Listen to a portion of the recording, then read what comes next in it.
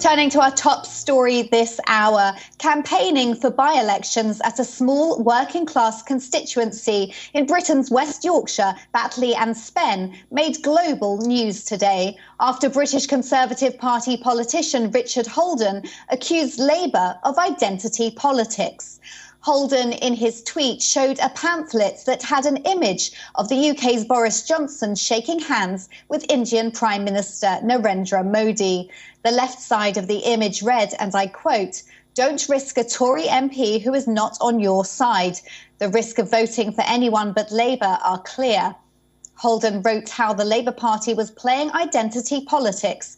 He asked that wouldn't Labour leader Keir Starmer meet with Narendra Modi, presumably if Starmer himself were the country's Prime Minister.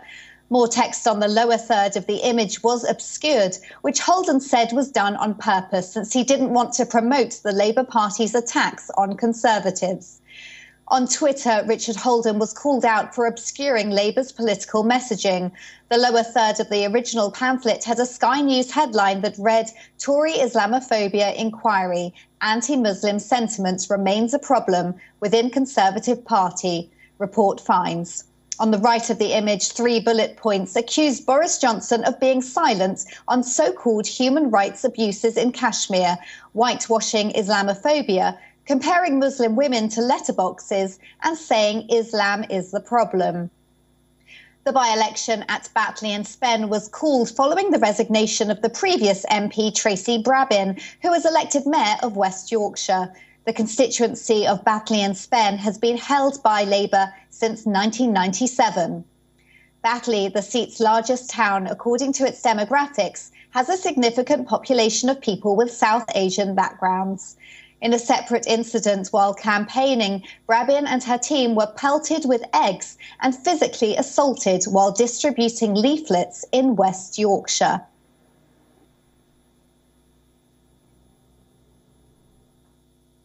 WION's London Bureau Chief Mandy Clark is joining us live from London. Mandy, help us understand why a routine by-election in a predominantly working-class constituency in West Yorkshire is making global headlines.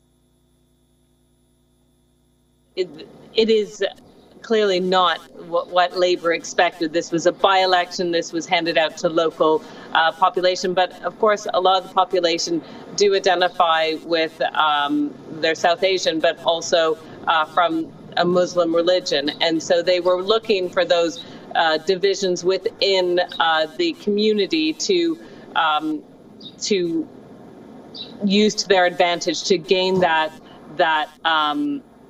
their votes with issues they felt that community might identify with. Of course, they've been accused of really causing ethnic tensions in the community for their electoral gain.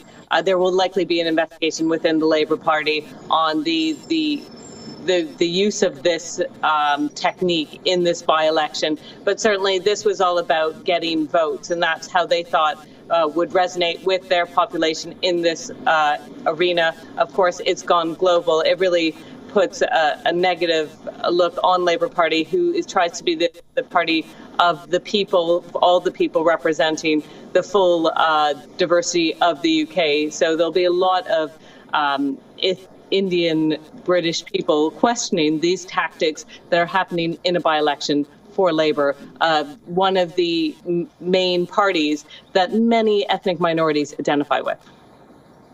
And as you said, tensions are running high in this by-election race. And reports say there is disagreement between certain Labour members who differ on how campaign leaflets are being pushed. Can you tell us more?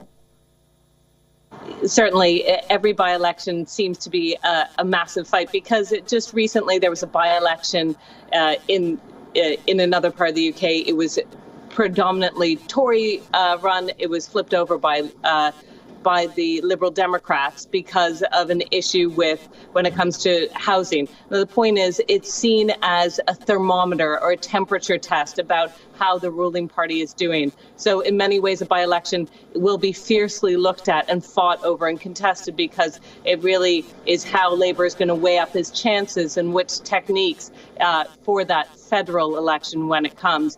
So they are fiercely looked at, but they'll be and thus deeply scrutinized. And it is causing massive friction within the Labour Party to use this technique of ethnic divisions to try and win a seat. It is not primarily the ethos of Labour, and so some people consider it dirty tactics to try and create further divisions within the party. And so there will likely be an internal debate within that party about being seen as the nasty party. And can you elaborate the significance, politically speaking, behind how Labour intended to frame its appeal to a certain demographic in Batley and Spen?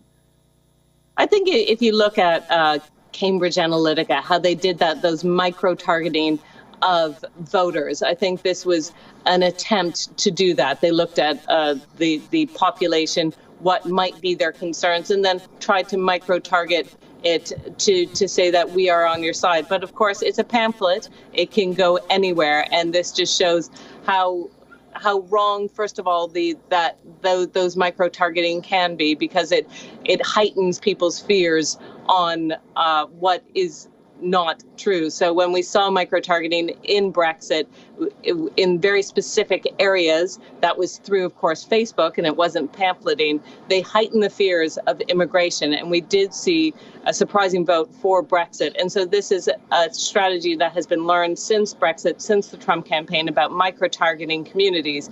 And it's the is it ethically right, I think, will be the debate. And it's also not necessarily accurate. It's heightening fear. It's fear politics. It's a fear agenda rather than a true representation, what Labour can do in that constituency. And so there's a real question about how politics should be played, about the benefit to the people rather than harboring their fears to get an election. Thank you, Mandy, as ever, for your insights there.